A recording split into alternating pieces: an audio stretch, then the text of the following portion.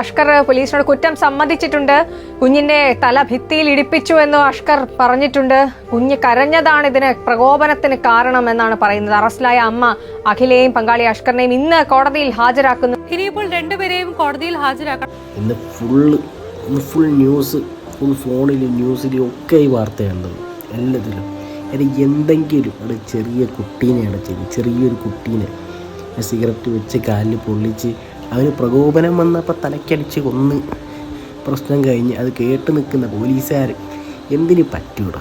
എന്തെങ്കിലുമൊക്കെ ഒന്ന് ചെയ്യണം. എന്താ കഥ? ആ കുട്ടി എത്ര വേദന സഹിച്ചു ചിന്തിച്ച് നോക്കിയാൽ അതൊന്നും പറയാൻ പോലും പറ്റാതെ ഒരു ആളോട് പോലും പറയാൻ പറ്റുന്നുണ്ടെങ്കിൽ ആ വേദന പോലും പുറത്ത് പറയാൻ പറ്റാത്ത ഒരവസ്ഥ നമുക്ക് പറയാം. ആ കുട്ടീൻ്റെ കാര്യം നോക്ക്. എന്താ കാണാൻ വയ്യ മോനെ, കാണാൻ വയ്യ.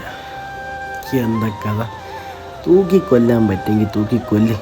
അതെങ്കിലും ഒന്ന് എന്ത് വിചാരിച്ചിട്ടാണ്? എന്തിനാ ഇവിടെ നിയമം? പിന്നെ എന്തിനാ നിയമം? ആ രണ്ടെണ്ണത്തിന്, ആ തള്ളേനെ ആ നായിൻ്റെ മോനെയും ഒന്ന് തൂക്കിക്കൊന്നാൽ സമാധാനം. ഇനി ഇങ്ങനൊരു സംഭവം ഇവിടെ നടക്കരുത്. എന്തിനാണ് ഇങ്ങനത്തെ ഇത്രയും വലിയൊരു കാര്യം ചെയ്തിട്ട് എന്തിനാ പിന്നെ നിങ്ങളത് ഈ നിയമമൊക്കെ എന്തിനാണ്? വെറുതെ ഒക്കെ തൂക്കിക്കൊല്ലല്ലാതെ ഇതിന് കുറഞ്ഞൊരു ശിക്ഷ ഇല്ല.